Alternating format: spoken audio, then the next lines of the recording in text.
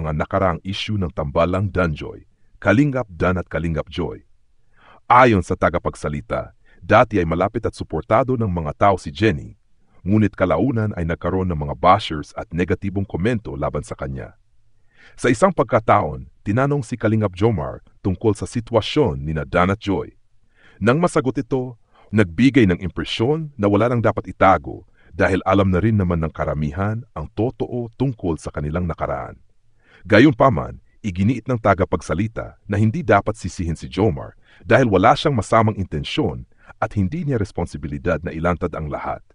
Binanggit din ang bahagi ni Kalingap Hana na ayon sa nagsasalita ay baka hindi pinag-isipan ng husto ang tanong na itinapon. Sa kabila nito, malinaw na layunin lamang ay maipakita ang kabutihan ng pagkatao ni Dan at mabawasan ang panghuhusga laban sa kanya. Dagdag pa rito, ipinaliwanag na ang mga fans, lalo na ang mga Joynetics, ay natutong tanggapin ang sitwasyon. Bagamat may bigat at sakit para sa ilan, naintindihan nila na pareho ng may kani-kaniyang landas at prioridad sina Joy at Dan. Si Joy ay masaya at nakatuon sa kanyang pag-aaral. Si Dan naman ay may sariling direksyon at posibleng bumuo ng sariling pamilya. Pinayuhan ang mga fans na huwag nang balikan ang nakaraan upang hindi na muling sumiklab ang galit at sama ng loob. Sa halip, dapat na ipagpatuloy ang suporta sa bawat isa at unawain na bahagi lamang ito ng normal na daloy ng buhay pagkaibigan. Konklusyon, ang naging buod ng pahayag ay pagtanggap at paghilom. Walang dapat sisihin at ang mahalaga ay ang kasalukuyan at hinaharap nina Dan at Joy.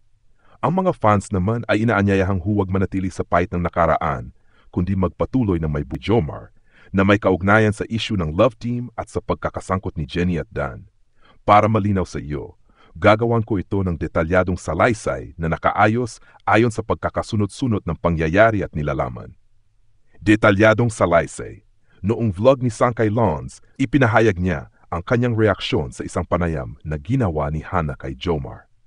Sa umpisa ng kanyang video, nagbigay muna si Sangkay ng mga pagbati at shoutout sa kanyang mga taga-suporta, kabilang ang Team Sangkay Original, Team Sangkay Sponsors, Team Kalingap, pati na rin kina Kuya Val, Ate Edna at Kalingap Rob.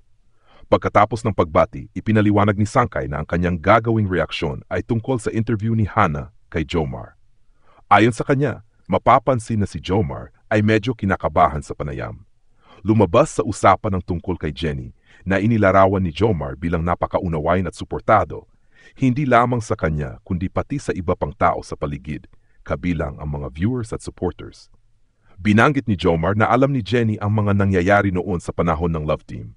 Kahit na may mga issue noon, si Jenny ay nanatiling maunawain. Pinunto rin ni Sangkay na ang pagbanggit muli ng mga bagay na iyon ay maaring magbukas ng lumang sugat sa mga fans, lalo na sa tinatawag na Joynetics. Dagdag pa rito, sinabi ni Sangkay na sa halip na manatiling tahimik, ay nadamay si Jomar sa isyung ito dahil sa paraan ng pagtatanong ni Hana.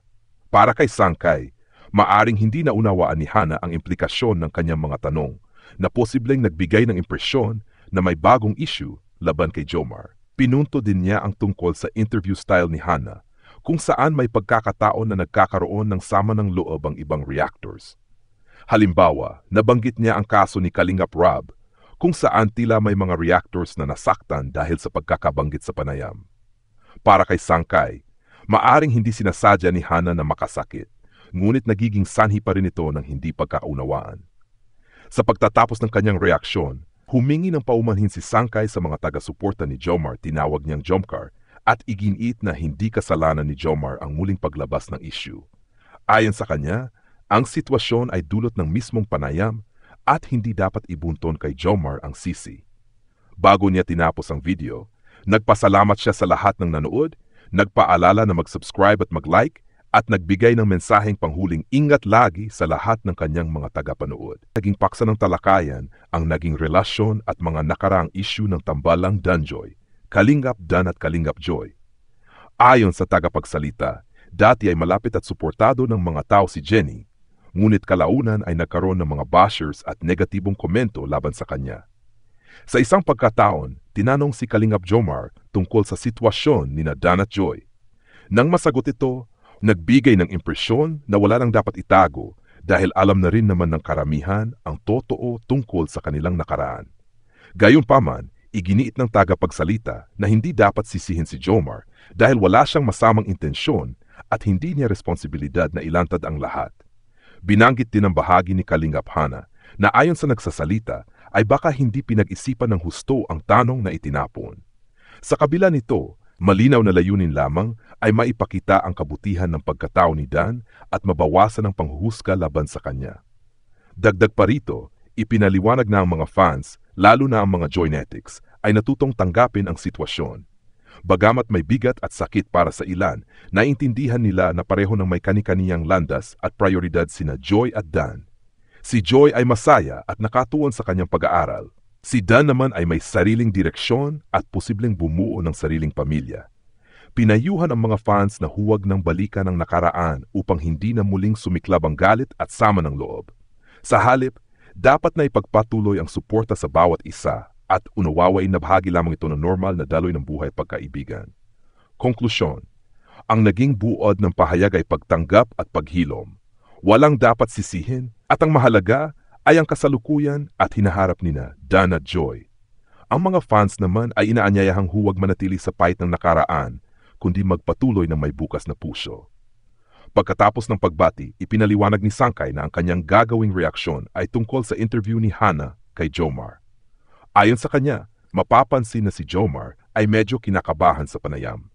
Lumabas sa usapan ng tungkol kay Jenny na inilarawan ni Jomar bilang napakaunawain at suportado, hindi lamang sa kanya kundi pati sa iba pang tao sa paligid, kabilang ang mga viewers at supporters. Binanggit ni Jomar na alam ni Jenny ang mga nangyayari noon sa panahon ng Love Team.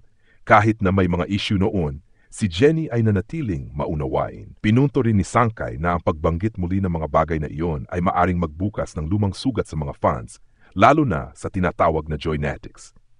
Dagdag pa rito, sinabi ni Sangkay na sa halip na manatiling tahimik, ay nadamay si Jomar sa isyung ito dahil sa paraan ng pagtatanong ni Hana.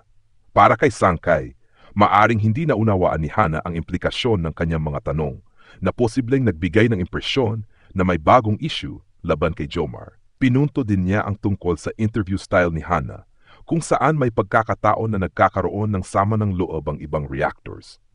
Halimbawa, nabanggit niya ang kaso ni Kalingap Rob, kung saan tila may mga reactors na nasaktan dahil sa pagkakabanggit sa panayam. Para kay Sangkay, maaring hindi sinasadya ni Hana na makasakit, ngunit nagiging sanhi pa rin ito ng hindi pagkakaunawaan. Sa pagtatapos ng kanyang reaksyon, humingi ng paumanhin si Sangkay sa mga taga-suporta ni Jomar, tinawag niyang Jomcar, at iginiit na hindi kasalanan ni Jomar ang muling paglabas ng issue. Ayon sa kanya, ang sitwasyon ay dulot ng mismong panayam at hindi dapat ibunton kay Jomar